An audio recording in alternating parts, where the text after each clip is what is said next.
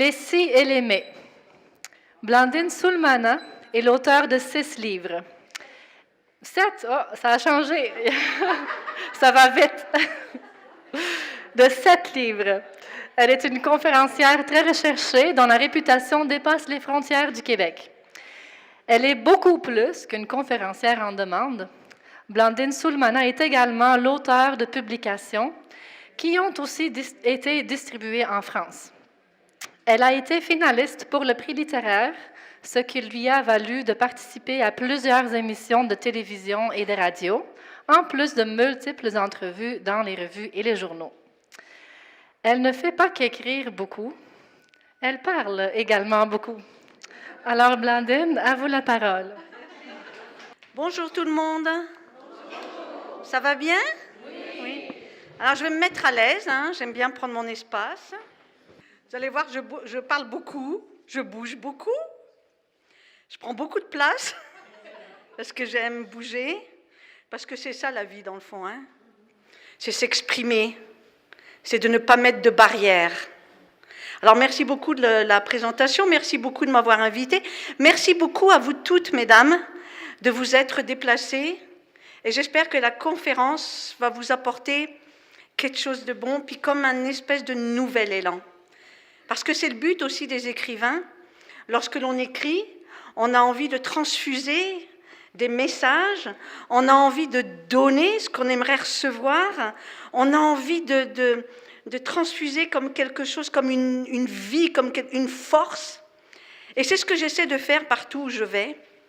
Alors je vais partout, je fais beaucoup de conférences au Québec, bien sûr. J'étais venue il y a 16 ans, pour 6 mois, ça va faire 16 ans que je suis là. C'est pas juste dans les films, je peux vous le dire. Oui, il m'avait bien accueilli, si vous voulez. Puis je suis pas prête de partir, vous n'allez pas vous débarrasser de moi comme ça. Sûrement pas. Mais justement, la conférence aujourd'hui est sur les si et les mais. Si, vous voyez, si j'avais écouté ce que l'on m'a dit au tout début, je ne serais pas là devant vous.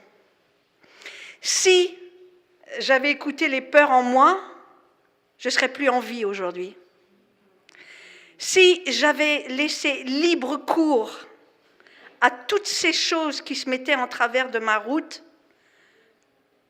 je ne pense pas que je serais encore en vie, vraiment pas. Donc, pourquoi je pose la question ? Ce n'est pas parce que j'ai envie qu'on me dise « ouais, on m'a lu et tout », c'est pas ça. C'est parce que ceux qui ont lu mon livre vont comprendre pourquoi je fais ce que je fais aujourd'hui. J'ai traversé, n'est-ce pas ? J'ai traversé énormément d'épreuves. Je ne veux pas être victime, c'est fini tout ça. Un jour, je me suis réapproprié le pouvoir sur ma vie et je me suis dit « assez, c'est assez ». Et je ne me mettrai plus de barrières. Évidemment que je ne ferai pas n'importe quoi. Je ne ferai pas des choses qui m'insupportent. Je ferai ce qui est le mieux pour moi. Et qu'évidemment, je vais tenir compte des avis des autres. Mais l'important, dans le fond, c'est qui ? C'est moi. On entend souvent « Oh, tu sais, ma vie, elle est tellement difficile. » Je comprends, puis je respecte qu'il y a des gens qui souffrent. C'est tout le monde, c'est partout dans le monde. Celui qui me dit « Je suis tout le temps heureux, tout va bien. » Tu sais, ici, déjà, tu commencerais par accepter ce qui ne va pas afin de pouvoir les changer. Ça serait déjà un petit pas vers quelque chose de meilleur et de surtout constructif, au lieu de s'habituer au bobo, au lieu de s'habituer au mal que l'on a en se disant « mais dans quelques mois, ça ira mieux, mais si il arrive ça dans ma vie, ça ira mieux ». Puis alors cette phrase que j'entends souvent « oh mon Dieu, si j'étais riche, je serais sûrement plus heureuse ». Si c'était vrai, c'est sûr que l'argent, on en a besoin, pour payer ses loyers, sa facture de... Tout ça, c'est logique, on est tous pareils, on a tous besoin de manger, d'avoir une vie digne, n'est-ce pas ? Mais alors cette phrase, oui, mais tu sais, si j'étais riche, ma vie serait complètement différente, je serais heureuse. Si c'était vrai, il n'y aurait pas des riches malheureux, puis il n'y aurait pas des pauvres heureux. Vous voyez déjà à la base, vous voyez comme il faudrait quand même essayer de se dire, si je prenais un peu de recul par rapport à ma vie et je déconstruirais tout ce qu'on m'a appris. Tout ce qu'on m'a appris. Qu'il ne faut pas faire ça parce que, mais si tu fais ça, parce qu'il y a toujours des gens qui sont là pour vous dire ce qu'il faut faire et ce qu'il ne faut pas faire. À un tel point, on est tellement habitué qu'on oublie cette petite voix fatigante au fond de nous qui souvent nous avertit. Mais souvent, on oublie même ses propres besoins. Je vais vous raconter quelques passages de ma vie et vous allez comprendre pourquoi je suis ici aujourd'hui et pourquoi je peux faire une conférence sur les si et les mais. Je viens d'une famille complètement dysfonctionnelle, totalement dysfonctionnelle. J'ai habité dans la rue, j'avais 13 ans. Combien de fois on me disait, mon père était, alors je fais une petite parenthèse, mon père est algérien et ma mère est française. Et ma grand-mère d'origine italienne. Je fais un petit mélange comme ça. De là mes mains qui... Et on habitait dans une cité ghetto. Vous allez voir pourquoi je vous raconte ma petite histoire. Vous allez voir combien de freins on m'a mis, puis combien j'ai écouté. Et à partir du moment où j'ai dit assez, c'est assez, à partir du moment où je me suis dit ça suffit les si et les mais, que je vais me réapproprier ma vie et je vais essayer de faire le meilleur de moi-même. Alors on habitait dans une petite cité ghetto, là où on met les pauvres, les étrangers, Ma mère était alcoolique. Je pense que si ma mère était alcoolique, c'est parce que probablement elle souffrait de quelque chose. C'est tellement facile de rire de quelqu'un quand il a des travers, à peut-être savoir pourquoi elle souffrait, pourquoi elle avait accumulé des souffrances ici. Je pense qu'elle avait accumulé des souffrances parce qu'elle ne s'était jamais exprimée et puis qu'elle ne s'était jamais remise en question. Elle n'avait, je pense, absorbé que ce qu'on le lui disait, que ce qu'on le lui donnait et qu'elle n'avait jamais dit stop, assez. Et je vais prendre du recul et je vais essayer de faire autrement. Si on mange quelque chose qui nous fait mal au ventre, qu'est-ce qu'il faut faire pour arrêter d'avoir mal au ventre? On change. Exactement. C'est juste de toujours s'habituer à faire tout le temps les mêmes choses en ne se posant pas trop de questions parce que c'est très sécuritaire de faire ce que l'on fait. Mais le courage, c'est pas quand les choses sont faciles. Le courage, c'est quand ça demande des efforts. Oui, mais tu sais, tu comprends pas. Ben oui, encore une fois, je ne comprends pas. Les gens aujourd'hui me voient là, comme je suis aujourd'hui, mais ils ne savent pas d'où je viens. On habitait dans une cité ghetto et on riait de nous parce qu'on était très pauvres. Mon père ne savait ni lire ni écrire. Mon père est arrivé de son immensité du désert dans une petite ville à 85 km au nord de Paris, en France. On ne lui a pas demandé à mon père, veux-tu aller en France? Les Français colonisaient le pays de mon père à l'époque. Et on a demandé à tous les... comme mon père vient d'Algérie, il y a le Maroc, Algérie, Tunisie, etc. Et donc, on envoyait les jeunes en France faire le service militaire. Mon père ne savait ni lire ni écrire naturellement, il était la risée de tout le monde. Il a rencontré ma mère, ils se sont mariés, ils ont fait des enfants. Ma mère qui avait eu probablement des difficultés dans sa vie, et elle n'a jamais réagi en se disant stop, elle a toujours continué avec ces choses. À la finale, elle souffrait beaucoup, puis elle voulait endormir le bobo. Puis quand tu endors le bobo, on s'entend qu'il dort. Il n'est pas parti. Ça demande un travail sur soi pour enlever toutes les limites que l'on se met. Et donc nous, on était regardés, quand on était jeunes, pour notre différence. Mon père était algérien, on était pauvres, on habitait dans une cité ghetto, on avait des prénoms arabes quand on était petit, je m'appelais Barkam, ma sœur s'appelait Zora, etc. Donc la différence faisait qu'on était rejetés. Oui, mais ma mère, elle ne veut pas qu'on joue avec toi parce que ton père, il n'est pas d'ici, puis d'abord vous êtes pauvre, puis vous habitez dans la cité ghetto. Mais si jamais tu étais mieux habillée, peut-être qu'on jouerait avec toi. Jamais on a regardé le sourire qui était presque prêt sur mon visage et la petite fille qui aurait pu être une bonne amie, une bonne camarade. Parce qu'on avait jugé juste sur mes différences. Combien de fois on m'a rejetée en me disant « Oui, nanana. » Combien de fois j'ai pleuré dans les toilettes de l'école parce qu'on était rejetés pour nos différences. Et puis la vie a fait que je me suis retrouvée à habiter dans la rue à l'âge de 13 ans. Et souvent je me disais dans ma tête « Mais comment vais-je faire pour devenir quelqu'un de bien, puisque je viens d'une famille complètement éclatée, complètement dysfonctionnelle. Mes frères, ils ne dormaient pas souvent à la maison. On était complètement une famille éclatée, là. Ma mère a quitté mon père, nous a emmenés avec elle. Nous, les 7 enfants, elle nous a emmenés avec elle. Et là, je ne comprenais pas. Le seul qui nous donnait de l'amour, c'était mon père. Parce qu'il était attentif, parce qu'il était... c'est pas mon père ne nous a jamais vraiment dit qu'il nous aimait, mais on le ressentait par l'amour qu'il nous donnait. Pourquoi je vous raconte ces détails? Parce que toute cette enfance a fait en sorte que j'ai puisé ma force dans mes différences et que j'ai fait de ces si et de ces mais un appui pour me propulser. Ça a été comme un levier. Je ne me suis pas mis en dessous le levier, puis il m'a écrasé. Je me suis mis en haut et je l'ai tiré. C'est moi-même qui ai pris la force que j'ai aujourd'hui. Alors un beau jour, ma mère, elle quitte mon père, on se retrouve dans une cité, seule, sans mon père. Les frères et sœurs étaient là. Et je dis à ma mère, il est où papa? Est-ce qu'il va venir ce soir? Est-ce qu'il sait où on habite? Et ma mère me répond, parce qu'on est enfant, quand on est enfant, on a 11 ans, on ne sait pas qu'est-ce qui a été entendu, on ne décode pas trop les choses. Et ma mère me dit, votre père, considérez qu'il est mort, c'est fini, vous ne le verrez plus. Et puis vos prénoms de sale arabe, j'en veux pas, qu'elle disait. Comme si que le fait d'être d'origine arabe était sale. Vous voyez déjà, pourquoi je vous parle ça? C'est parce que je vous parle du départ.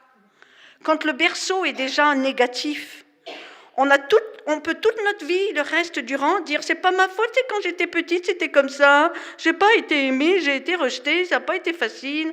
C'est pour ça que je vous parle du berceau de l'enfance. Et donc, comme on avait 2 prénoms sur la pièce d'identité, ma mère, elle dit, vous prenez vos prénoms français. Alors voilà qu'on reprend, alors Barkham, c'était mon prénom, voilà que je deviens Blandine. Ma sœur jumelle qui s'appelait Zora devient Dominique, etc. Est-ce qu'on nous a rejetés à l'école? On a continué à nous rejeter à l'école parce qu'on avait changé de prénom? Bien sûr que oui. On était les mêmes. Et là, tu comprends plus. Tu comprends plus, puis tu es toujours dans les questionnements. Est-ce qu'on me rejette pour moi ou est-ce qu'on me rejette pour de la famille d'où je viens?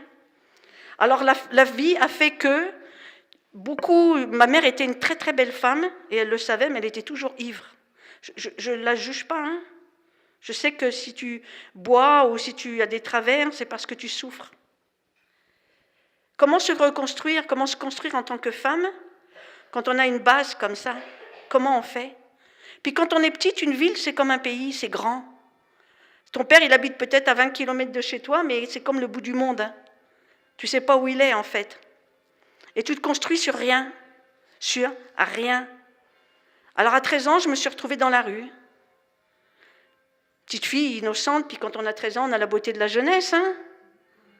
Alors je dormais dans les jardins publics pour gagner un peu d'argent. Je rangeais les fruits et les légumes dans les marchés publics. Puis on me donnait un peu de sous, etc. Et puis un jour, j'ai compris que les interrogations dans ma tête, c'était à moi de les combattre. Que je devais compter que sur moi. Et que ma différence allait faire de moi quelqu'un de différent. Et pourquoi pas? Un sapin de Noël qui est décoré tout en bleu, il est beau, mais il est plate. Pourquoi je n'y mettrais pas plein de couleurs, plein de choses différentes? Et la différence est devenue ma force. Et je me suis dit, mais les camarades d'école, celles qui nous rejetaient, si elles étaient venues nous voir, si elles étaient venues me voir, moi, j'aurais pu lui raconter ce que mon père me racontait de son pays. Bon, ils auraient, par exemple, un exemple. Je disais à mon père, on dormait à 7 dans un lit, les enfants, on avait toujours des pieds à côté, hein, des pieds à la tête, on dormait tous ensemble. Puis moi, je me mettais au bord du lit, et c'est mon père qui m'a fait me réveiller. En fait, ce que je ne savais pas, c'est que j'absorbais ce qu'il m'a dit, et ensuite j'ai utilisé ce qu'il m'a dit, parce que ça a comme germé en moi, et je l'ai utilisé. Par exemple, le matin, moi je dormais toujours au bord du lit, je me glissais du lit, et j'allais voir mon père qui allait se raser. Il était en maillot de corps, vous savez les maillots là? Puis il se rasait. Vous savez que les rasoirs dans le temps là? Puis il se rasait. Waouh, que je le trouvais beau et fort, mon père. Et là je me disais, oh, mais si j'ai un papa comme ça, c'est que je suis pas si mal que ça. Et mon père se rasait et je me souviens, regardez la différence qu'a fait mon père dans la vie. Il avait cette facilité à faire beaucoup avec rien. Qui a le plus de mérite dans la vie? Est-ce que c'est celui qui fait beaucoup avec rien ou c'est celui qui continue à faire beaucoup parce que déjà il a beaucoup? C'est le premier, celui qui fait beaucoup avec rien. Eh bien, ce qu'il m'a donné mon père, je vais vous le donner. Alors j'étais haute comme 3 pommes, puis j'allais voir mon père, parce que mon père il me racontait toujours des histoires, tout ça. Puis je disais, papa, il me disait oui. J'ai dit, papa, dans le désert, est-ce qu'il y a des lampadaires? Mon père, il dit, non. Ben non. Et là, je lui disais, regardez la façon qu'il avait de voir les choses. Il disait pas, mais je ne sais ni lire ni écrire, donc je ne serais pas capable d'être quelqu'un. Il avait transformé ça en quelque chose de très brillant à mes yeux. Et là, mon père, il disait, mais non, ma fille, il n'y a pas de lampadaire dans le désert. Alors je lui disais, ouais, ça veut dire que la nuit, il y a des bébêtes qui viennent et puis pouf, ils peuvent te mordre et te tuer. Si mon père m'avait répondu oui, c'est-à-dire s'il n'avait pas cherché autre chose que la simplicité dans les réponses et dans la façon d'être, il m'aurait fait peur à vie, puis probablement que je n'aurais pas aimé les voyages. Mais vous savez ce qu'il me répondait, mon père? Oh, ma fille, la nuit dans le désert, il fait noir, noir, noir. Mais quand tu lèves les yeux au ciel, tu remarqueras que c'est dans le ciel le plus noir que les étoiles sont les plus brillantes. Waouh! Et moi, j'étais là, waouh! Puis je partais à l'école et je me disais, je suis peut-être différente, mais c'est cette différence qui fait que j'ai entendu ça ce matin. Vous comprenez?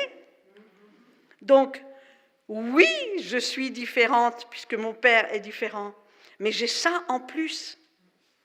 Et ça, c'était brillant. Puis, encore une autre chose, mon père avait de la peine parce qu'il ne gagnait pas beaucoup d'argent, il nettoyait les toilettes des restaurants, des cafés, il n'avait pas beaucoup de sous. Puis il avait quand même des bouches à nourrir, puis ma mère, elle buvait, donc ça coûte des sous, ça aussi. Puis, tu sais, puis tout le monde riait de lui, en plus. Donc, évidemment, le peu d'argent, on mangeait un morceau de viande par semaine. Mon père, il disait qu'il n'aimait pas la viande. J'ai toujours soupçonné qu'il adorait la viande, mais tu sais, on mettait un os à moelle dans la soupe. Et puis, ça donne du goût, la moelle. Puis on mangeait. Mon père, il disait, moi, j'aime pas ça. Il se débrouillait tant bien que mal. Et puis un matin, encore une fois, vous allez voir qu'avec rien, on peut faire beaucoup. Les si, les mais, on s'en fout. Écoutez, le matin, je me lève, et mon père, je le vois en train de se raser. J'étais haute comme 3 pommes. Puis je regarde au mur, je dis, papa. Il me dit, oui. J'ai dit, ton miroir, il est tout brisé. Il était brisé en plein de morceaux. Je ne comprenais pas pourquoi les morceaux de miroir ne tombaient pas. Vous savez, c'était les vieux miroirs avec du plastique autour, là. Puis d'ailleurs, il avait une brosse qu'on met entre les doigts puis qu'on se coiffe, là. Je ne sais pas si vous connaissiez ça. Puis mon père, il me dit, ben oui, mon miroir est cassé. Mon père aurait pu, sans jamais vouloir faire d'efforts pour changer sa condition de vie, sans jamais vouloir aller au-delà même de ce qu'il était, au-delà même de ce qu'on disait de lui, parce qu'on le rejetait, parce qu'il était algérien, parce qu'il parlait mal le français, parce que ma mère buvait, parce que ma mère le trompait. Mon père, il disait, oui, mais les gens, peut-être qu'ils sont ça, mais moi, je suis quelqu'un. Il n'était pas arrogant, au contraire, il avait une fierté, de la dignité.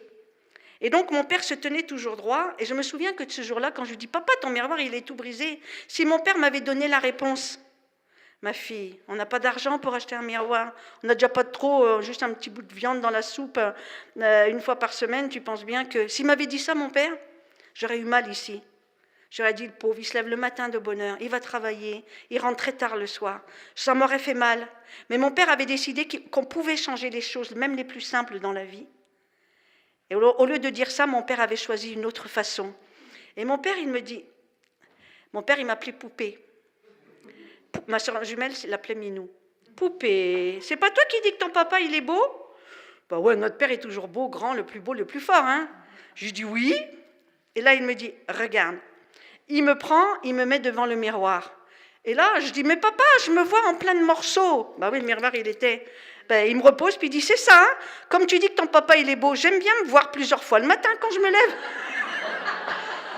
Waouh! Et là, je me disais, ouh! Ah ben là, j'étais d'attaque pour partir à l'école, là. Et là, mes yeux, mes oreilles, on avait beau tout dire, je disais... Quand on riait, on ne voulait pas jouer avec moi et tout, j'avais un secret, c'était mon père, c'était tout ce qu'il faisait, tout ce qu'il disait. Alors on avait beau rire de nous, on avait beau nous rejeter, ça ne m'était égal. Parce qu'on avait cette petite différence qui faisait ma richesse. Et c'est ça qui était important.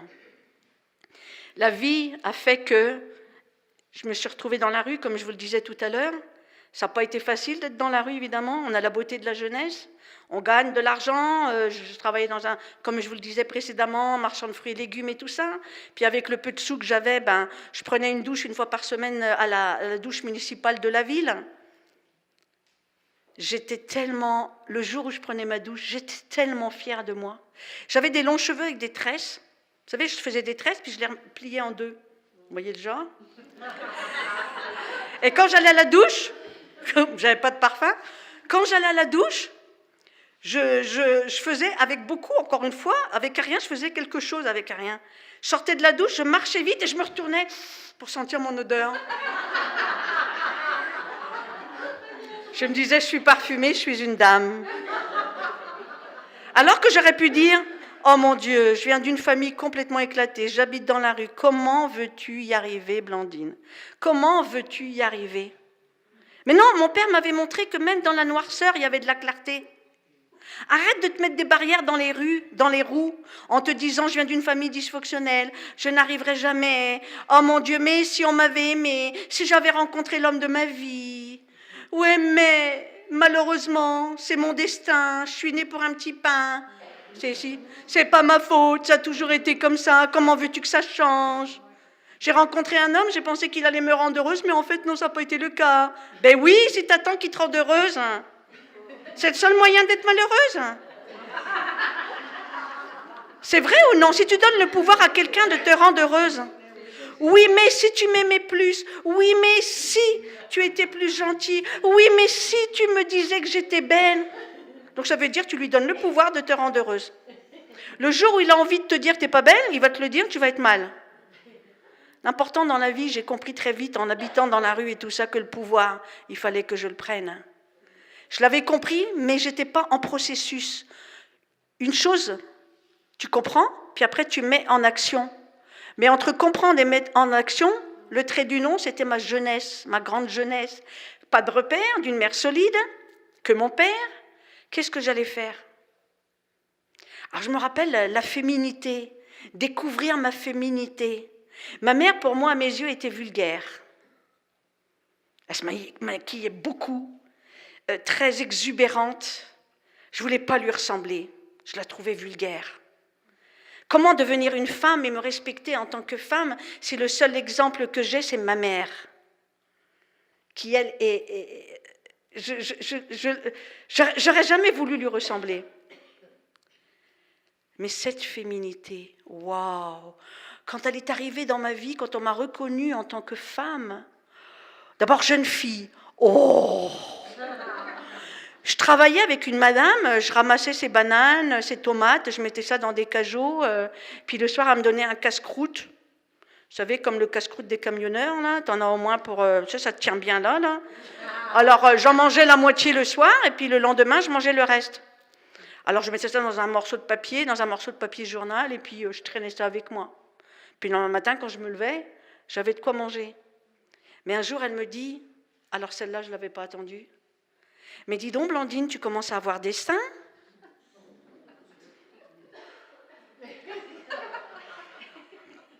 Ah ouais? Ben, elle dit oui. Ah ben là, elle commence à m'ouvrir la porte de la féminité. Oui. T'as pas de soutien-gorge? Non. Ben, elle me dit, je vais t'en donner un. Oh mon Dieu, elle était... Alors j'ai dit oui, bien, oui, c'est. Puis quand quelqu'un veut te donner quelque chose, dis pas non, c'est gentil, c'est généreux, prends-le. Le lendemain, elle me ramène un soutien-gorge beige. Vous savez, à l'époque, c'était des gros soutiens-gorge beige, là. Je le mets, c'est généreux. Ben, mon Dieu, ça rentrait à l'intérieur parce que c'était trop grand. Mais c'était pratique parce que j'avais pas de sac à main, donc la moitié du casse-croûte, je me disais pas, pauvre de moi. Les autres, elles ont tout ce qu'il faut et moi, je n'ai rien. Pauvre de moi. Non, je faisais avec ce que j'avais. C'est le seul moyen de te propulser vers l'avant. Au lieu de pleurer sur ce que tu n'as pas, regarde ce que tu as. C'est vrai ou pas? Mais là, elle me dit, quelques temps plus tard, elle me dit, il est quand même trop grand. Hein. Ben, je dis, ben oui. Alors, elle me dit, je vais t'acheter un soutien-gorge. Alors, j'ai accepté, c'était gentil. Moi, j'ai pris ça comme de la tendresse. Donnez-moi de la tendresse. Je ne vais pas pleurer sur mon sort. Je n'ai pas le choix, c'est comme ça. Alors, je vais focusser sur ce que j'ai au lieu de ce que je n'ai pas. Alors, je l'ai suivie. On a été au magasin. Elle m'a offert un soutien-gorge qui était à ma taille cette fois-ci. Non. Je ne sais plus quelle couleur, mais je me souviens, il avait un peu de dentelle, ça me rappelle.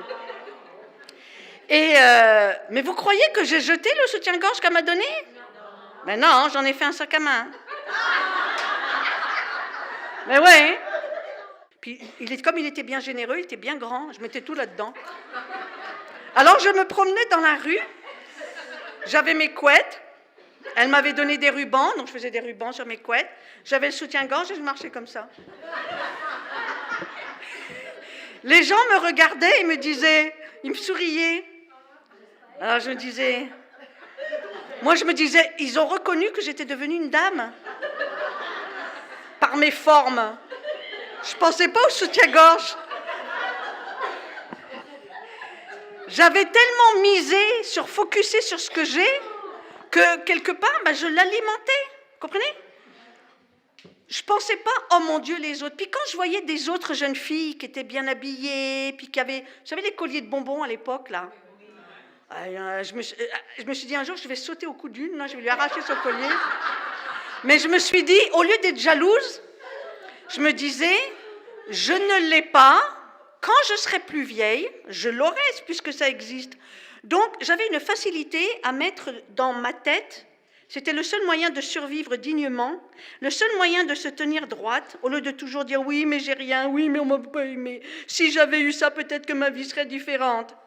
J'ai jamais été dans cette direction, jamais. La jalousie, je ne sais pas ce que c'est.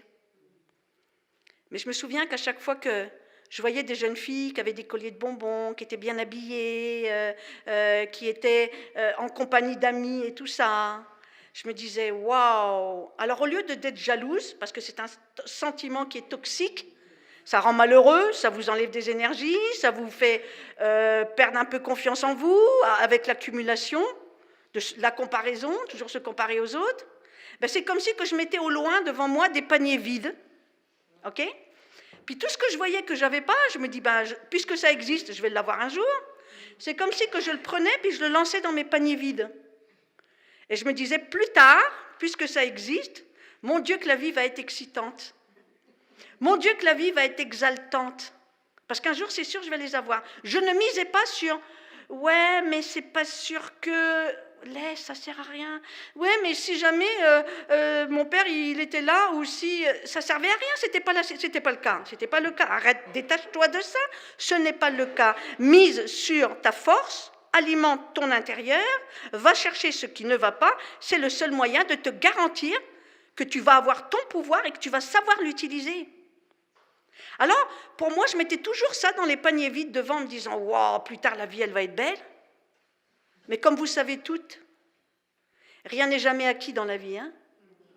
Ça aussi, il faut toujours le garder en tête. Rien n'est jamais acquis. Et comme je n'étais pas la femme que je suis aujourd'hui, j'étais encore une enfant, n'est-ce pas? Parce que si j'avais été comme je suis aujourd'hui, je me serais sûrement pas promenée avec un sac à main en soutien-gorge, pensez bien? Sûrement pas. J'arrivais à me débrouiller toute seule, mais il y avait une chose que je n'arrivais pas à faire. C'était être aimée, recevoir de l'amour. Moi, je suis très croyante. J'avais besoin quand même. Comment on fait pour être aimée? Et c'est là où c'est dangereux.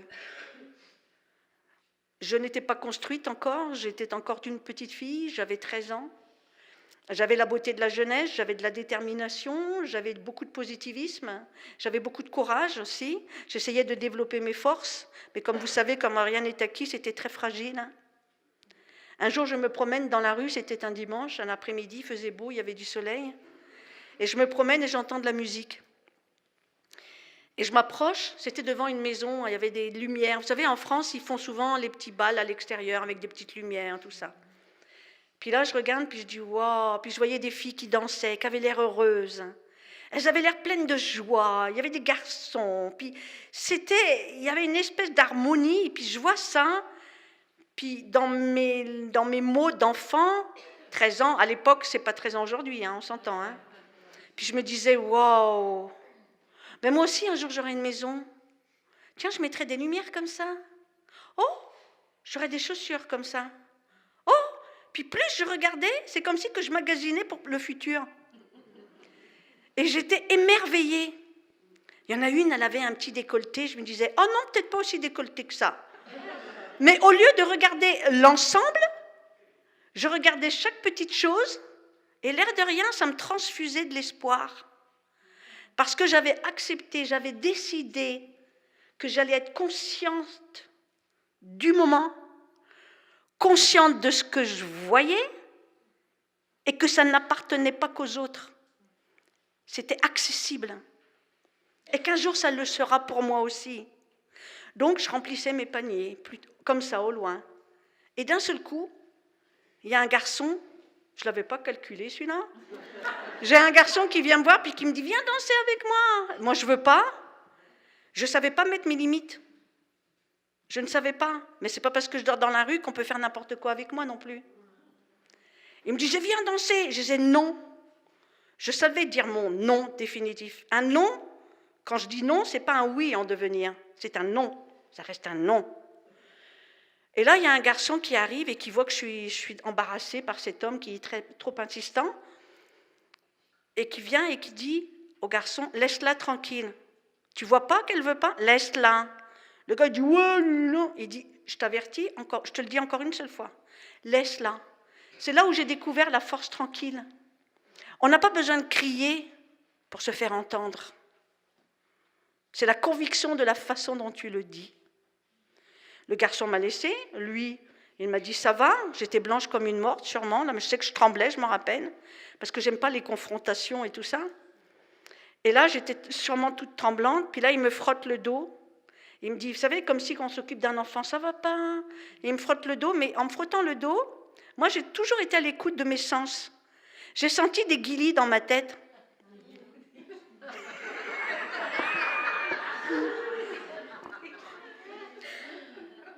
Puis j'ai dit, c'est quoi ça? Puis, vous savez, par exemple, vous savez quand on vous fait ça là, ou on joue, ça fait des guilis dans la tête. Puis là, moi, je n'avais que moi, hein. Il fallait que je fasse attention à tout ce que je sentais, à tout ce que je voyais, à tout ce que j'entendais, parce que j'étais moi. Il n'y avait personne qui était autour, il y avait moi. Qu'est-ce que je vais faire avec moi? Donc tout ce qui vient, il faut que je sois attentive. Puis là, j'étais là, puis il me dit, ça va pas? Et il continue. Puis là, il me dit, je vais te ramener chez toi. Il se rend compte, évidemment, que je dors dans la rue. Et c'est comme ça que ce monsieur venait d'Algérie, comme mon père. Et c'est comme ça qu'il veut me faire sortir de la rue. Et regardez comme c'est facile, par besoin d'amour, de donner le pouvoir aux autres. Oui, mais c'est un homme gentil. Comme c'est un homme gentil, il me veut que du bien, donc je vais le suivre. Et puis si j'ai de la chance, il va m'aimer. Alors je l'ai suivi. Ses parents ne m'ont pas accepté, n'ont pas voulu m'héberger. Alors il a volé la clé de la cave de chez ses parents, une couverture, une lampe de poche, et c'est comme ça que je vais vivre dans la cave. Je suis restée dans cette cave très longtemps, quelques mois. Je sortais seulement la nuit pour aller vider le seau, parce que pour aller aux toilettes, j'avais un seau dans la cave.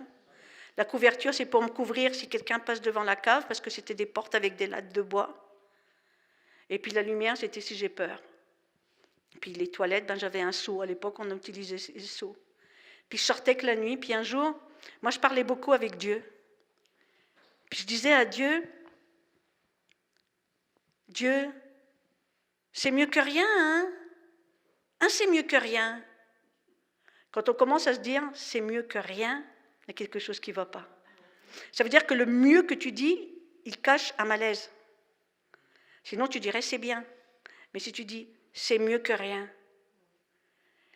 Et puis, pour savoir si on était le jour, le matin ou le soir, j'écoutais les voitures dans la rue.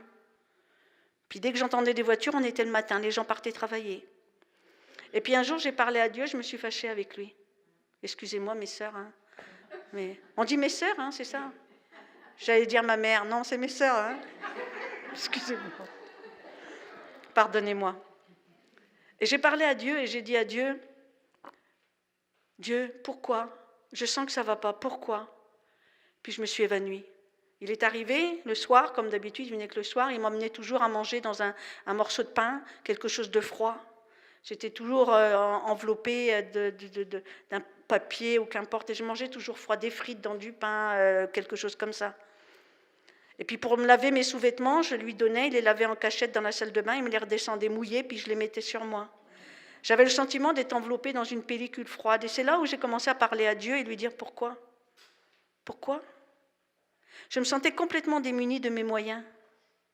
En fait, ce que je ne réalisais pas encore, c'est que je lui avais donné le pouvoir de me rendre heureuse. Mais un jour, il va comprendre. Mais peut-être que si je suis très gentille, peut-être qu'il va changer. On fait ça avec son amoureux, on fait ça avec ses amis, on fait ça avec sa famille, on fait ça tout le temps. Et puis un jour, il m'a trouvé inanimée, il m'a emmenée à l'hôpital. Et c'est comme ça qu'on a loué ensuite, par la suite, une petite chambre. Et c'est là où tout a commencé, toutes les formes de violence possibles et inimaginables. Et je me gardais toujours, parce que j'avais comme décroché de la petite fille lumineuse, parce que j'avais cru que, parce que j'avais besoin, chaque être humain a besoin d'amour. Mais j'avais trop transfusé là, il va me rendre heureuse. Si je suis gentille, il va me rendre de plus en plus heureuse.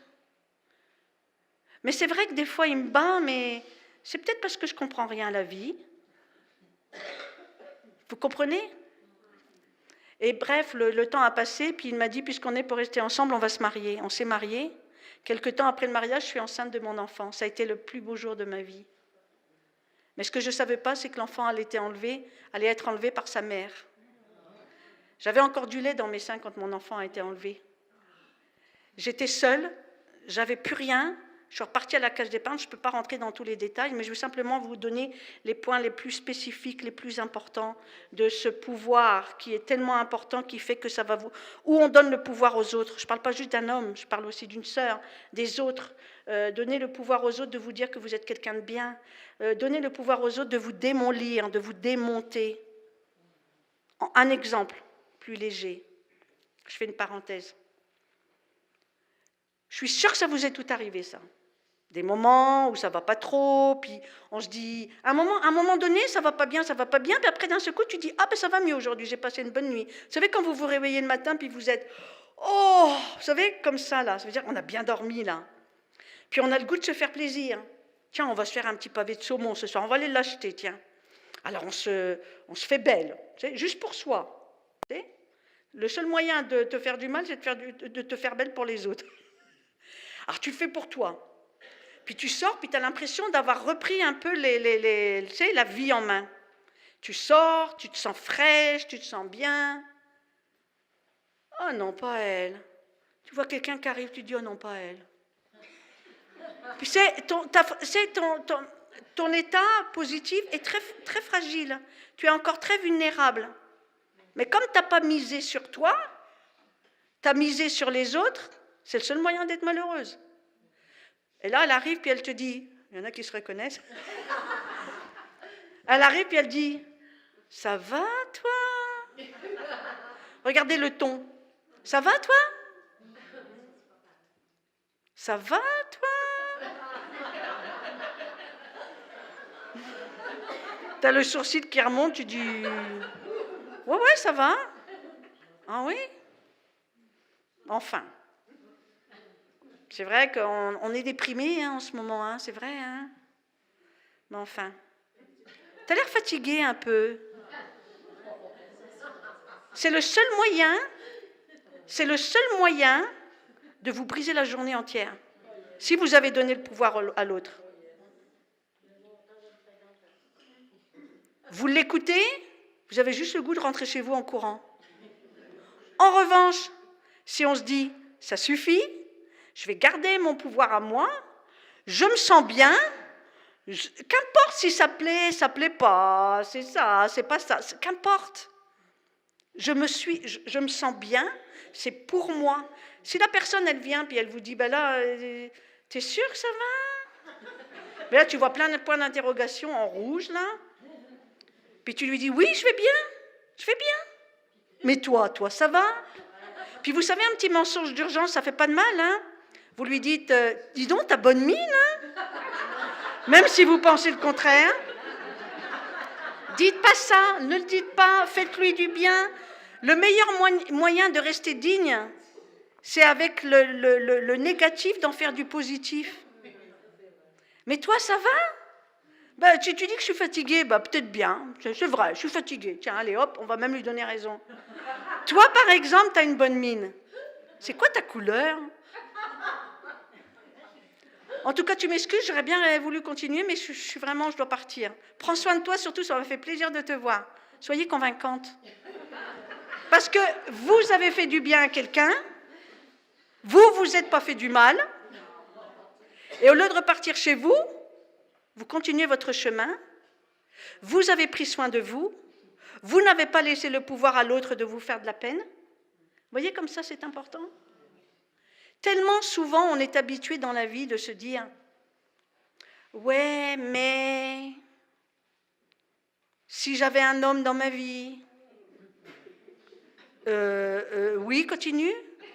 Si j'avais un homme dans ma vie, il me semble que ça serait différent. Est-ce que c'est parce qu'on a un homme dans sa vie que la vie, elle va être différente? Est-ce que parce que… Il y en a là, je les sens là. Est-ce que c'est pas le seul moyen de se dire, bon, ben, de toute façon, qu'on n'a aucune garantie, ça c'est certain. Et est-ce que j'ai envie d'aller manger au restaurant? Est-ce que je vais y aller ou je vais attendre qu'on m'invite? Ben oui. Puis je vous assure que si vous faites l'effort, au lieu de vous dire « Oh mon Dieu, aujourd'hui ça va pas bien, je sais pas pourquoi j'ai pas le moral, je sais pas pourquoi j'ai pas de chance, quoi. » Ma vie, ça, si je me retourne, je regarde l'arrière, ça a toujours été misérable, ma vie. Je me suis toujours fait avoir. Ça a toujours été comme ça. Ouais, mais c'est vrai que quand j'étais jeune, c'était pas… C'est peut-être ma destinée, dans le fond. C'est peut-être ma destinée. Et regardez comme on est bourreau de sa propre vie. Et on se tape dessus. Mais si quelqu'un m'invitait au restaurant, il me semble que ça me ferait tellement de bien. Tiens, la Saint-Valentin, tout le monde, les amoureux. Qu'est-ce que vous en savez? Peut-être que le monsieur, il offre des roses à sa femme parce qu'il ne veut pas avoir de colère quand il va rentrer à la maison. Peut-être que tout ça, c'est hypocrite, c'est vrai ou non? Vous avez envie d'aller manger du grec? Allez manger du grec. Vous voulez prendre un petit verre de vin? Emmenez votre bouteille si le vin est accepté. Commandez-vous un verre de vin. Mais surtout, moi, quand je fais ça, je me mets à l'écart et je regarde les gens autour de moi. C'est souvent pathétique et triste.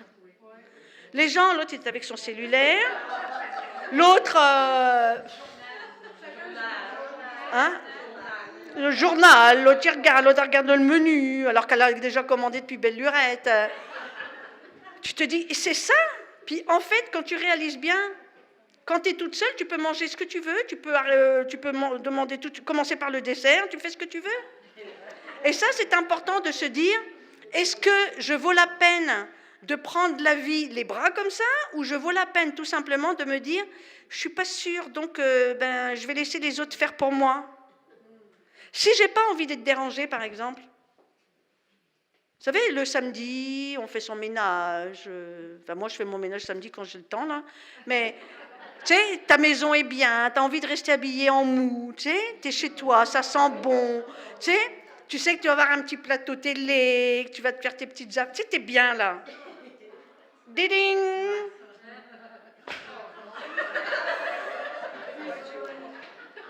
Tu dis non, hein, non, hein. Ben oui, elle a vu la lumière, tu es sûr, va ouvrir la porte, avoir ta voiture sur le parking et tout ça. Tu ouvres la porte. Ah, salut, je passais dans le coin. Ben oui, tu passes dans le coin, certains. Ça va? Ben tu me laisses pas entrer? Comme si que c'était normal. Non. Pourquoi on n'apprendrait pas à dire non? Pourquoi est-ce qu'on partagerait son espace? D'abord, on ne le partage pas, on nous impose. On entre dans mon espace, sans me demander si je veux, mais on est tellement habitué à dire oui, parce qu'on nous a appris, surtout la femme, à dire oui à tout, avec nos enfants, avec tout, avec un. Puis donc, on laisse rentrer. Donc, tu avais le choix entre dire non ou de dire oui. Tu as dit oui par politesse, mais parce que tu es habitué. Pourquoi tu n'essayes pas de dire non? Écoute, excuse-moi, mais j'ai besoin d'être seule. Puis ne lui dites pas, surtout pas, ne le prends pas personnellement, hein? Prends-le personnellement, je m'adresse à toi. Vous n'avez pas remarqué souvent, les gens, ils vous disent quelque chose, puis ils vous disent, ne le prends pas personnellement, mais c'est parce que à qui tu t'adresses? Bien sûr que c'est personnel, tu te parles à moi. Ben alors dites-lui bien, prends-le personnellement. C'est à toi que je m'adresse. J'aimerais, mettez vos limites. C'est le seul moyen de vous protéger, de vous aimer, Le meilleur moyen d'être aimé, c'est de se le donner. Mettez vos limites, dites, écoute, excuse-moi, mais j'ai besoin d'être seule. Ben là, pardon? Ben là, parce que quand même, je passais dans le coin. Oui, je comprends. Mais là, vous pouvez lui dire, j'ai besoin d'être seule. Et on n'a pas besoin de dire les choses avec agressivité. On a simplement besoin, pour garder son confort à soi-même, de se dire les vraies affaires, d'être honnête avec soi-même. Si on n'est pas honnête avec nous-mêmes, qui va l'être avec nous-mêmes? Si on ne prend pas soin de soi, qui va l'être avec nous-mêmes? Quand on pleure parfois, quand on est seul, même si quelqu'un vient vous taper sur les épaules, on est quand même seul avec soi-même. C'est pour ça qu'il est important de prendre soin de soi. Moi, j'ai vu dire à quelqu'un, à une dame qui passait comme ça, j'en avais assez, et je lui ai dit, écoute, j'ai besoin ce soir d'être seule. Ben dis donc, t'as changé. Hein. Non, je n'ai pas changé. C'est juste qu'avant, j'ai supporté, mais là, je crois que tu n'as pas compris. J'ai besoin de mon espace. Si c'est quelqu'un qui vous respecte, si c'est quelqu'un qui vous aime, si c'est quelqu'un qui a un bon jugement, si c'est quelqu'un qui est solide, et si c'est quelqu'un qui tient beaucoup et qui vous respecte, elle va accepter, elle va comprendre. Mais si elle vous dit, oh ben si j'avais su... Ben dis donc, je me souviens qu'avant, c'est parce que tu comprends, c'est l'accumulation avec le temps. Alors, si jamais elle ne revient plus vers vous, ça veut dire que ça ne valait pas la peine. Quelqu'un qui vous aime, quelqu'un qui vous respecte à votre juste valeur, c'est quelqu'un qui va comprendre. Vous voyez, ce sont les toutes petites choses comme ça qui, dans la vie, nous mettent du poison dans la vie. Continuellement. Je veux, par exemple, moi, quand je suis arrivée au Québec, on m'avait dit, tout a commencé par un magazine, le magazine Marie-Claire. Vous connaissez le magazine Marie-Claire? J'habitais en Allemagne, à Düsseldorf, et j'avais mon meilleur ami qui était journaliste et qui partait des fois à Paris. Paris, c'est 4 heures de voiture de Düsseldorf en Allemagne. C'est comme tu traverses la Belgique, tu arrives à Paris. C'est quand même fou, parce qu'ici, tu vas à Sept-Îles, tu mets 14 heures. Tu sais. Et donc, cet ami, qui était mon meilleur ami, avait un souper à Paris, et donc il était parti, puis il était revenu. Mais il avait raconté mon histoire à d'autres amis journalistes, dont un journaliste de magazine Marie-Claire. Okay, et c'est comme ça que cet ami avait dit, bah, écoute, il aimerait te contacter, il aimerait faire un article sur toi. Bon, alors ok, il m'appelle, je descends, parce que quand on est en Allemagne, on descend à Paris, quand on est à Paris, on monte en Allemagne. Pas savoir pourquoi, toi. En tout cas, et donc... Je suis partie à Paris, etc. On a fait ça. Ensuite, j'ai eu des demandes quand le magazine Marie-Claire est sorti. Vous savez que Marie-Claire, c'est dans tous les pays francophones. Donc, l'histoire est passée partout et j'ai eu beaucoup de demandes de maisons d'édition, dont la France, l'Allemagne, je parle couramment l'allemand évidemment, j'avais quand même habité 22 ans en Allemagne, et le Québec. Et là, je me disais, mais qu'est-ce que je vais choisir?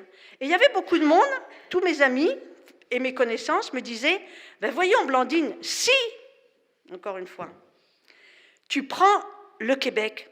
Réfléchis, Blandine. Le Québec, c'est beaucoup plus petit. Tu vas vendre moins de livres au Québec, puisque c'est tellement plus petit. 6 ou 7 millions ici au Québec. En France, 75 millions, quelque chose comme ça d'habitants. Voyons, Blandine, réfléchis. Mais si tu pars au Québec, c'est sûr que ça ne va pas marcher. Moi, il suffit que tu me dises quelque chose comme ça pour que... Et il y en a d'autres qui ont dit, mais non, mais va pas en Allemagne. Qui te dit que ton livre va être traduit en français? Parce que j'avais des offres de maisons d'édition, etc. Et je suis allée, j'ai habité en Allemagne, donc j'ai été voir l'éditeur allemand, en France, à Paris aussi, et tout ça après donc la publication de l'article de Marie-Claire. Et après au Québec. Si j'avais écouté le mais des autres, j'aurais jamais publié ici parce que c'est ici que j'ai choisi de publier. Alors que quand tu réfléchis, c'est vrai que c'est plus petit ici, mais je me suis écoutée. J'ai appris à m'écouter, non pas faire résonner la voix des autres en moi, qui va faire prendre des décisions, mais prendre suffisamment soin de moi pour prendre mes propres décisions. J'ai rencontré l'éditeur en Allemagne, l'éditeur en France, et l'éditrice, je suis venue ici pour rencontrer l'éditrice ici au Québec. Et c'est au Québec que j'ai décidé. J'ai fermé mon appartement en Allemagne, je suis arrivée avec 2 valises, je suis arrivée ici. J'étais là pour 6 mois, ça va faire plus de 15 ans. Le résultat des courses, c'est que mon premier livre est sorti ici, ensuite il a été publié en France. Maintenant, mes livres, ils sont publiés dans les deux. Si j'avais été en France, peut-être que ça serait juste resté en France. Peut-être pas au Québec. Vous voyez comment la vie, elle est? Alors, prenons soin de nous afin d'écouter tout ce qui résonne en nous. Afin pas d'écouter ce qui résonne des voix des autres, mais de notre voix. Pour savoir faire nos limites, pour prendre nos propres décisions. Quand quelqu'un vous dit, oui, mais tu sais, si tu fais ça, il aurait peut-être arrivé ça. En fait, ce sont les peurs des autres qu'ils renversent sur vous. On a le choix de prendre et de se laisser, comme pour avoir une image, décolorer par la peur des autres, ou suffisamment prendre soin de soi pour sentir qu'est-ce qui est mieux pour nous. Comment peut-on écouter notre petite voix intérieure s'il y a toutes les voix des gens à l'intérieur de nous? Parce que les peurs des gens se traduisent en mots pour nous. Mais ce sont leurs propres peurs. Ce ne sont pas les nôtres. Et c'est en prenant soin de nous. Mais je sais que souvent, surtout les femmes, on est extrêmement généreuses. On est habitué à donner à nos enfants, à garder les petits-enfants, à tout faire, etc. Que souvent, on s'oublie. Mais comment veux-tu écouter ta voix à l'intérieur de toi si jamais tu laisses tout rentrer? Quand je suis arrivée, j'avais loué, quand je suis arrivée d'Allemagne pour travailler mon manuscrit ici, pour la maison d'édition, c'était convenu que je vienne ici pendant 6 mois. Et donc, j'ai trouvé une petite chambre à louer dans une maison dans la rue Charles de Gaulle. C'est l'ex-président français. Tu dis, bon, d'accord. Je suis donc dans la maison. Et je suis arrivée au mois de décembre avec des petits gants en cuir, des petits mocassins. Je n'avais pas allumé qu'au Canada, il fait froid l'hiver. Et bref, donc, pas grave, on va s'acheter des affaires. Je te dis que mon budget, il est pratiquement passé. Enfin bref. Et le lendemain matin, la dame, elle me dit, ben, si tu veux sortir, moi je vais sortir, mais si toi tu veux sortir, il fait froid, je te prête des vêtements. On avait à peu près la même taille, donc elle me prête des vêtements chauds, des bottes et tout, puis je sors. Oh, qu'est-ce que je vois? Je suis dans les rues de Sainte-Julie, je me promène. Oh, je vois une maison, un cabanon. Une maison, un cabanon. Vous le voyez peut-être plus, ça, hein? Mais écoutez bien, je me suis dit, waouh! Puis toute la rue, c'était comme... Et puis des beaux cabanons, hein? Il y en avait un, elle avait mis des fleurs en plastique dans un truc, enfin bref, l'autre, il avait des petits rideaux. Et je ne sais pas pourquoi, au lieu de penser que c'est quelque chose où on met des bicyclettes, des outils ou je ne sais pas trop quoi, j'ai pensé que, je me suis dit, mais quelle bonne idée! Je rentre, il était convenu que j'appelle mon amie en France, Monique, pour lui dire que j'étais bien arrivée. Alors elle me dit, alors Blandine, t'es bien arrivée, comment c'est le Canada? Je lui dis, je suis au Québec. Jamais trop tard pour apprendre. Je suis, d'abord on dit au Québec. Ok, au Québec. Hein? Ouais. Et là, je lui dis, tu sais pas ce que j'ai vu? Elle me dit non. Je dis, puis son mari, pour vous donner une image, son mari, c'est à peine s'il ne dormait pas avec sa ceinture d'outils. Là. Dès qu'il y avait un clou qui passait, il rentrait. Tu sais. Le gars qui est toujours occupé. Là, tu sais. Puis là, je lui dis, tu sais pas ce que j'ai vu? Elle me dit non. J'ai dit, les Québécois, ils ont mis des cabanons derrière leur maison pour leurs ados.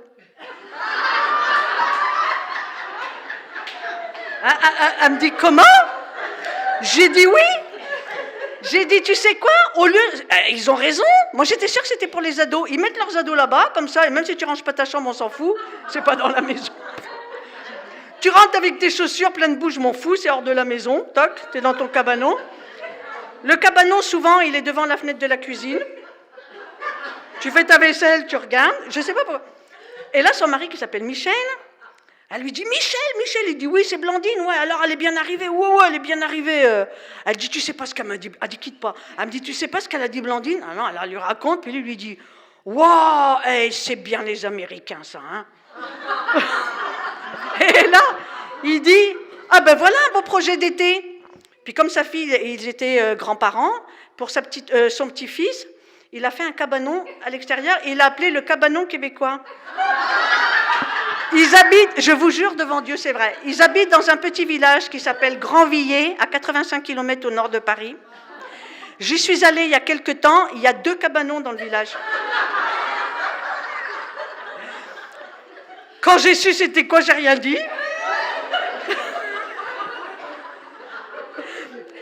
Alors vous voyez que parfois, avec l'impossible, on fait des choses. Ça, c'est quand on est libéré de tout ce qui se passe à l'extérieur. Évidemment qu'il faut tenir compte de l'extérieur. Évidemment qu'on ne peut pas prendre sa voiture puis rouler comme on veut. Mais si on prend soin de soi, si on fait tout pour alimenter la valeur que l'on a, si on arrêtait de se bloquer avec « oui, mais si jamais je ne fais pas ça »,« oui, mais si je le fais, peut-être qu'il arrivera ça ». C'est exactement comme si vous mettiez le frein, puis vous voulez avancer. C'est exactement ça. Non seulement, puis quelquefois c'est plus fort que nous, donc on avance, mais ça demande tellement d'efforts parce qu'on a peur de savoir ce qu'il y a derrière le si, derrière le mais, donc on a automatiquement peur. Mais qu'est-ce qui fait qu'on n'avance pas? C'est nos peurs. C'est parce que peut-être quelque part, à un moment donné dans notre vie, on a essayé quelque chose, ça n'a pas marché. C'est peut-être parce que c'était pas bon pour toi. C'est peut-être parce que c'était pas ce qu'il te fallait. Ne cesse jamais d'essayer.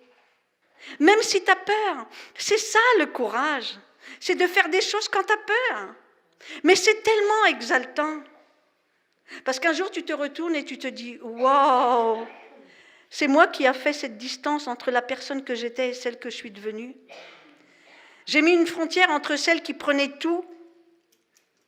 J'ai mis une frontière parce que j'ai décidé que je n'allais pas prendre le poison des autres. Souvent, il y en a qui viennent vous voir et qui se vident leur poubelle. Et pour se donner des raisons, ils disent « oui, mais dans l'enfance » et tout. Vous savez, toujours les mêmes histoires, là. Tu crois que si jamais je maigrissais, que mon mari m'aimerait mieux? Donc ton mari t'aime si tu as des kilos en moins. Eh bien, dis donc, moi je veux pas de l'amour comme ça.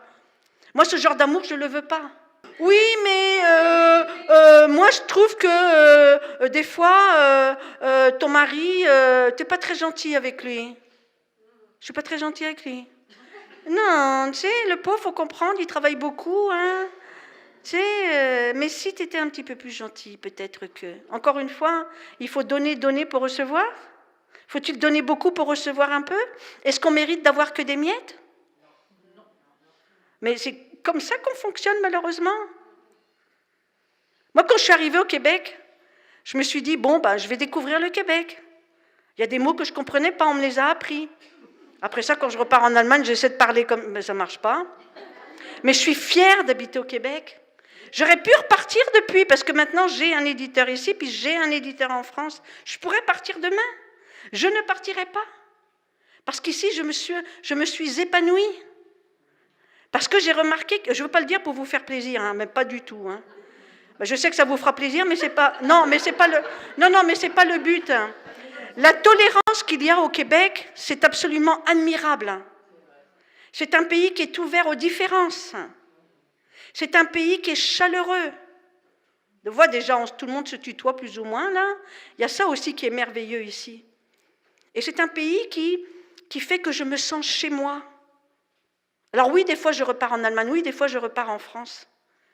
Mais quand je vais en France, quand je vais en Allemagne, quand je vais rencontrer des gens de d'autres nationalités, quand je suis avec d'autres personnes, je me nourris de ces différences.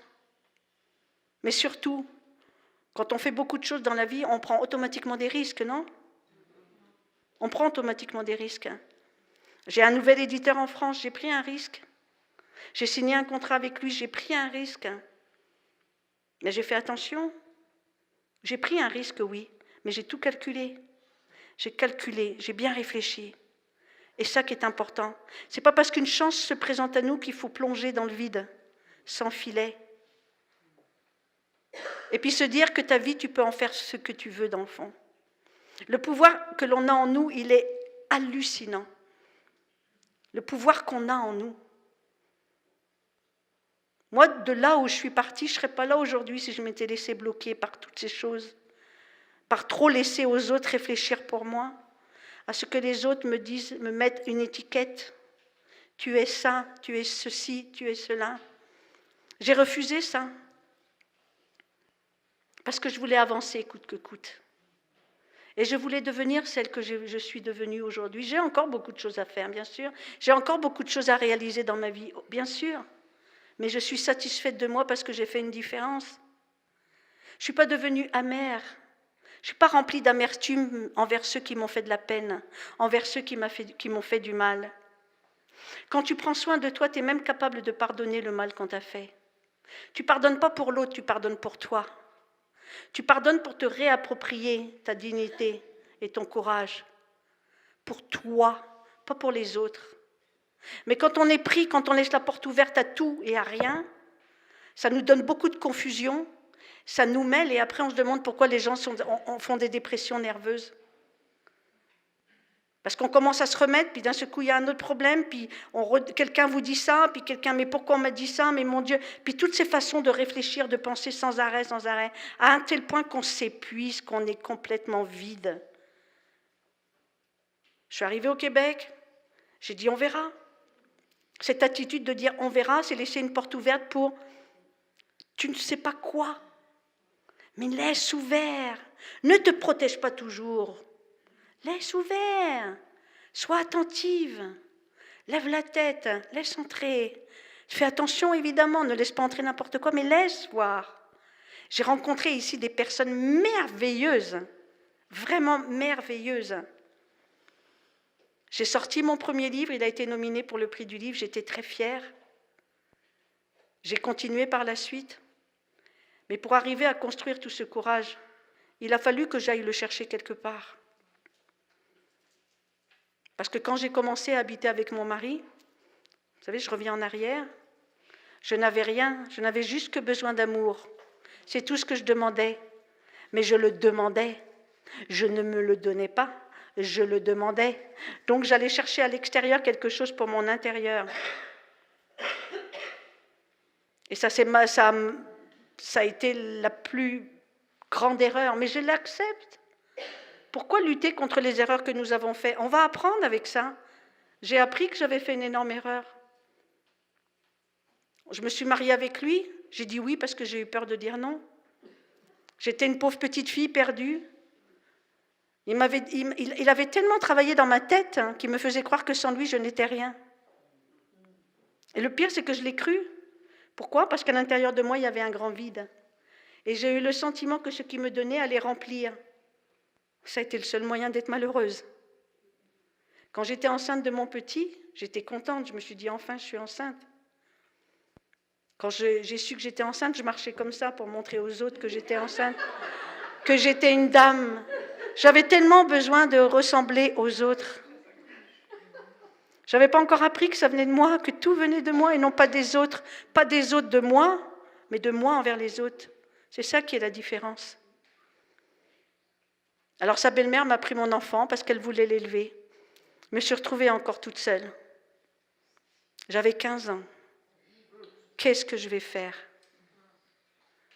J'ai quitté la France, mais il y a plein de détails que je n'ai pas le temps de vous expliquer. J'ai quitté la France, je me suis réinventé une vie en Allemagne. Je ne parlais pas un mot d'allemand.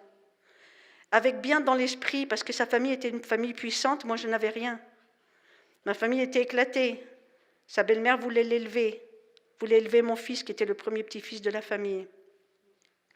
Qu'est-ce que je vais faire? Je me suis dit, si je suis sur un terrain qui n'est pas fertile, vaut mieux changer de terrain. La vie a fait que j'ai eu une occasion de partir en Allemagne. Je me suis réinventé une vie en Allemagne. C'est comme si il y avait un tableau blanc et je remets des couleurs. Et je me réinvente. J'ai appris la langue, j'ai fait des tas de boulots, j'ai fait femme de ménage, j'ai fait tout pour gagner un peu de sous. Je me suis pris cette école qui coûtait pratiquement rien. J'ai travaillé mon allemand. Après ça, je me suis entourée que de personnes allemandes. J'aurais pu aller dans la communauté française, mais je voulais. Et là, je me suis dit, c'est là où j'ai compris que je repartais à la case départ et que tout le chemin qui allait être parcouru, c'est moi qui allais mettre mes traces. Et dans mes traces, il n'y aura pas les traces d'autres. Ça sera mes traces. C'est moi qui choisira les gens à qui j'ai envie d'être. Ce n'est pas les autres qui vont s'imposer à moi. Je commençais un petit peu à mûrir. Je commençais à réfléchir. J'ai trouvé une annonce dans un journal C'était une société française qui cherchait quelqu'un pour travailler dans la mode. J'avais aucune idée. C'était pour travailler avec des stylistes de France, etc., pour vendre des prototypes, etc. J'ai répondu à l'annonce en disant que j'avais de l'expérience. 0. Ils m'ont dit, il est où votre CV? J'ai dit, il est en France. J'ai dit, écoutez, même après tout, c'est un papier. Essayez, vous verrez. Ma limite à moi, je peux tout faire. Ma limite à moi, c'est jamais faire du mal à personne et ne pas manquer de respect. Ce sont mes limites. À partir de là, tu peux faire beaucoup. Et je me suis dit, on m'a pris mon fils, mais quand mon fils aura à peu près 16 ans, je vais tout faire pour le retrouver. Alors, parce que je savais pertinemment que je ne pouvais pas le prendre avant. Alors, je me suis reconstruite. J'ai semé mes petites graines. J'ai eu la patience d'attendre qu'elles poussent. J'ai pris soin de ce que j'avais mis en terre, de chaque petit effort, ne serait-ce que le plus petit, était fait avec soin. J'avais peut-être pas beaucoup d'argent, mais je prenais soin de moi. Je prenais soin de moi ici, pas juste physiquement, parce que ce n'est qu'une enveloppe, ici, ici, ici et ici, et les deux ensemble. J'ai pris soin. Et les années ont passé, et je me disais, quand mon fils aura 16 ans, je vais tout faire pour qu'il me voie reconstruite. J'avais une image de mère qui était complètement abominable. Je voulais montrer une mère qui serait complètement le contraire de celle que j'avais. La vie a fait que 16 ans plus tard, alors évidemment il y a eu plein de choses pendant ces 16 ans, mais 16 ans plus tard, je vais voir un avocat international pour retrouver mon fils. Et l'avocat me dit, oui, mais vous savez, il y a longtemps, je lui dis, arrêtez avec ça. Je voyais déjà une barrière, mais j'ai dit, non, si je l'avais écouté, je serais sortie de là complètement. J'ai dit, s'il vous plaît, je suis venue parce que je crois. Commencez pas à me dire ça. C'est moi qui peux faire que arrêter. Ou alors je le prends, puis je pars avec ça sur mon dos. Ça va être lourd. Je ne l'ai pas pris. Et il m'a dit, reviens dans à peu près 5-6 mois, parce que là, je suis sur des gros dossiers. C'était un avocat qui faisait des recherches internationales, qui était extrêmement brillant et reconnu dans ce qu'il faisait. Alors j'ai été le voir. Quelques temps plus tard, je me disais, enfin, mon fils, on va pouvoir enfin faire des recherches. Et il s'est passé quelque chose de magnifique. Et je peux vous dire que Dieu m'a entendu parler pendant ces années. Et que je l'ai dû le fatiguer. Mais je disais, mais on dit que tu es puissant, montre-le. Mais montre-le moi. Puis après ça, je me disais, en fait, il était là tout le temps, dans le fond. Parce que je construisais ma force, je savais mettre mes limites. Le non, ce n'était pas un oui en devenir, c'était... Et puis un beau jour, comme ça, dans cette période où j'attendais, la vie est absolument incroyable. Je crois que ça, là-haut, il y a quelque chose qui est arrivé, je ne sais pas quoi, mais... Vous savez, des fois, on dit les planètes s'alignent, là. Je reçois un coup de téléphone de ma sœur jumelle, qui me dit, Poupée, vous savez, elle m'appelle Poupée, puis elle, on l'appelle Minou. Poupée, j'ai une nouvelle. J'ai dit, oui, quoi? Elle m'a dit, oh, tu peux pas savoir. J'ai dit, calme-toi, rappelle-moi dans 10 minutes, quand tu seras calme. Elle m'a dit, si tu savais, tu dirais pas ça. Et là, elle me dit, ton fils vient de téléphoner, il était dans une cabine téléphonique dans un pays arabe, ça fait 3 mois qu'il est à ta recherche. Tu crois pas, quoi? Comme si on t'avait donné un coup ici. Puis là, je lui dis, et alors tu lui as donné mon numéro? Elle m'a dit non, il voulait ton numéro de téléphone, mais comme je n'étais pas sûre que c'était lui, peut-être ton ex-mari, je ne sais pas, donc j'ai pris son numéro. Et quand elle m'a donné son numéro, j'ai fait un truc de fou. J'ai couru dans la salle de bain, je me suis regardée, je me suis parlé, je me suis dit, alors, t'as réussi? Puis je me disais, oui, est-ce qu'il va être fier de toi? J'espère, tant pis, j'ai fait tout ce que je pouvais. Après ça, c'est comme ça. Il faut arrêter aussi de se taper dessus. Hein. Tu fais tout ce que tu peux, puis... Et là, je me dis, mais je suis folle, je suis en train de me parler, pourquoi je ne téléphone pas? Et là, j'ai envie d'aller frapper chez la voisine pour dire, donne-moi une claque, parce que j'étais en état de choc. Mais comme je ne suis pas candidate à la violence, j'ai téléphoné et j'ai dit à mon fils, j'ai dit, allô? Il dit, allô? Et là, je dis, je ne savais pas si jamais je devais dire Blandine, ta mère, maman, je ne savais pas. Je crois que, je ne suis pas sûre, mais je crois que je lui ai dit, c'est ta mère.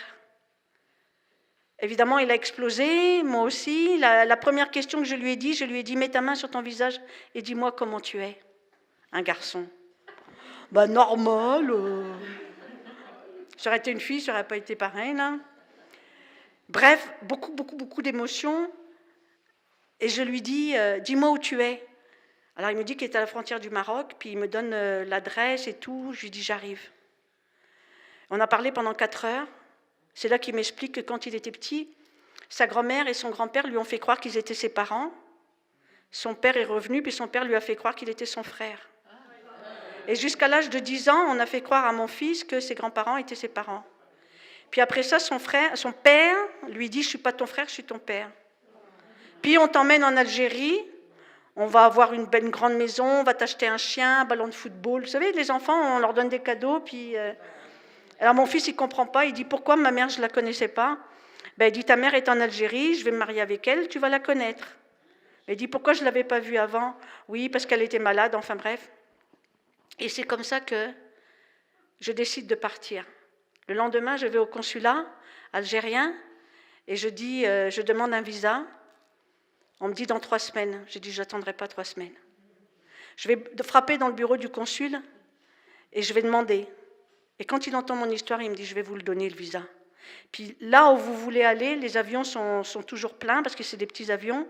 Il disait, mais là, vous allez voyager avec une place VIP du consulat, vous allez partir. Même si vous voyagez avec le pilote, je vous jure que vous partez demain retrouver votre fils. Comme quoi, la vie, il faut avoir confiance. Hein. Et il faut oser, toujours oser. Et le lendemain, je suis partie. J'appelle mon fils et je lui dis, j'arrive. Il dit, comment? Déjà? Je lui dis, oui.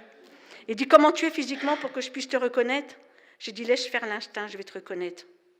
Si vous saviez combien de personnes m'ont dit, mais tu te rends compte, si jamais tu pars, il peut arriver quelque chose. Mais tu te rends compte si c'est juste un piège, puis que c'est ton mari. Mais si jamais tu fais ça, tu risques de tout perdre. Mais tu te rends compte, mon Dieu, si jamais, peut-être tu ne vas même pas revenir.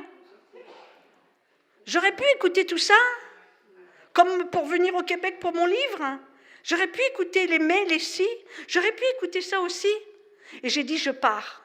Pourquoi? J'avais suffisamment travaillé sur moi pour pouvoir décoder mes émotions. C'est ça quand on est dans le calme, qu'on travaille sur soi, on décode. On sent que c'est oui ou non. Mais quand ce n'est pas envahi, pollué par tout ce qui était à l'extérieur, de tous ceux qui donnent leurs avis, etc. Et je suis partie et j'appelle mon fils et je lui dis, j'arrive. Il me dit, mais comment tu es physiquement pour que je puisse te reconnaître? J'ai dit, laisse faire l'instinct, moi je vais te reconnaître. J'étais sûre, parce que je le sentais. 2h30 plus tard, l'avion a atterri, j'arrive, je me dis, j'espère que mon fils va me reconnaître, ou qu'on va se reconnaître, mais je le sens, je l'espère, mais je le sens. J'arrive, vous savez les portes qui s'ouvrent, les gens qui vous attendent, et je traverse, et je vois mon ex-mari tout seul, et je lui dis, où est mon fils? Il avait poussé la cruauté à demander à mon fils qu'il se mette avec les autres gens qui attendent derrière les barrières pour voir si je vais le reconnaître. Mais quand c'est médiocre, c'est médiocre. Alors, il ne faut pas descendre, il faut rester là. Ce n'est pas de la condescendance, hein. C'est simplement, si tu veux m'écraser, tu n'y parviendras pas. Parce que suffisamment j'ai pris soin de moi, suffisamment j'ai appris à enlever les barrières en moi et devant moi, malgré tout le passé. Et là, j'ai avancé et j'ai vu un jeune, il m'avait vu parler à son père, donc lui, il m'a reconnu. Puis j'ai vu un jeune homme, je l'ai vu là, il m'a fait ça. J'ai fait ça, viens. Il a sauté les barrières. J'ai pris mon fils dans mes bras. Il avait 16 ans et demi. Et vous savez ce qui s'est passé à ce moment-là? Ça, c'est quand on est dégagé de tout ce qui est toxique de l'extérieur, toutes ces barrières. Quand on est complètement libre dans sa tête, dans son cœur et dans son être, on sent ces choses-là. J'ai pris mon fils dans mes bras et je l'ai senti. Et j'ai senti l'odeur du bébé qu'on m'avait enlevé. C'est fou, hein, ce que je vous dis, hein? Mais ça m'a donné une force. Puis là, il marchait avec moi dans l'aéroport et j'ai dit, on va où? Il dit, on va à la maison. Alors je marche avec mon fils et son père est derrière comme ça. Il devait se dire, ah non. Et c'est là où j'ai senti que j'avais totalement pardonné. Parce que je me suis retournée, je lui ai dit, viens. On l'a laissé venir entre nous. Et ça, c'est le pardon. Le pardon, tu ne peux le faire que si jamais en toi tu es libéré, que si jamais tu ne laisses pas les peurs agir, avec tout ça, avec les si, avec les mais, si j'y arrive pas, parce que j'ai déjà essayé, etc. Si tu te libères de tout ça, Tu ouvres tes tripes, tu te libères, ça nettoie, et après tu te construis. N'aie pas peur d'oser, n'aie pas peur d'essayer. Si j'avais pas osé, si j'avais laissé parler la peur de tous ceux qui m'ont dit « Ne pars pas en Algérie, c'est un piège », je l'aurais peut-être pas retrouvé, mon fils. Mais je l'ai retrouvé. Après ça, il est venu habiter avec moi en Allemagne. Vous voyez ? Si je n'avais pas expéré, si j'avais juste entendu les C négatifs et non pas les si positifs, si tu fais ça, moi je m'étais dit, si, vous comprenez la différence ? C'est juste vous qui peuvent le faire. Ça, c'est toxique, ça détruit. Ça élève. Puis des fois, on fait des choses et on se dit, j'ai déjà essayé, ça n'a pas marché, cette fois ça a super bien marché. Parce que le temps a changé. Parce que peut-être que cette fois ça va marcher. Essaye encore. Ne te laisse pas intimider par tout ce qui est à l'extérieur. Fais attention à toi. C'est le seul moyen de parvenir, en faisant tomber ces barrières, en essayant. Si on n'est pas bien avec quelqu'un, c'est peut-être parce que ce n'est pas la personne qui est bonne pour nous. C'est peut-être le moment de décider. C'est peut-être le moment de faire quelque chose pour soi. C'est peut-être le moment de dire stop, d'oser. On ne peut pas goûter autre chose que si on prend toujours le même plat, non ? Si on sait qu'il nous fait mal, changeons. C'est aussi simple que ça. Merci infiniment pour le respect de l'écoute. Merci infiniment pour vos sourires. Merci. Merci. Oh!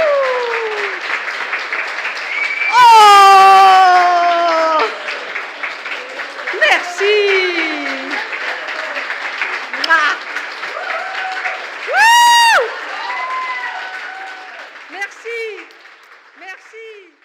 Élisabeth Caron, aujourd'hui à Saint-Urbain, au Centre communautaire, pour la Journée de la femme, avec une conférence de la part de Blandine Soulmana. Qu'est-ce qui a incité à justement choisir cette conférencière-là pour porter ça aujourd'hui? En fait, on a décidé de choisir Blandine Soulmana. C'était pour faire référence au thème de la journée, qui est « Femme d'ici et d'ailleurs ». Donc, une femme d'ailleurs, en fait, qui, premièrement, de par son origine, qui est en fait mi-algérienne, mi-française, et aussi qui a vécu, en fait, différentes expériences qui ont été quand même assez difficiles. Mais l'idée, en fait, c'est que Blandine Soulmana, malgré toutes ces expériences qu'elle a vécues, malgré toutes ces difficultés, c'est une femme qui a eu beaucoup de résilience. Ce qui veut dire, c'est qu'elle ne s'est pas apitoyée sur son sort, elle ne s'est pas mise dans une position de victime par rapport à ce qu'elle a vécu, mais elle a décidé de prendre ces difficultés-là pour les transformer en force. Donc, c'était très inspirant pour nous et on avait envie de partager ça avec les femmes, donc qu'elles puissent s'inspirer de cette expérience pour, elles, enfin prendre le pouvoir sur leur vie. Excellent. Élisabeth Caron, merci beaucoup et bonne fin de journée. Merci à vous. Merci.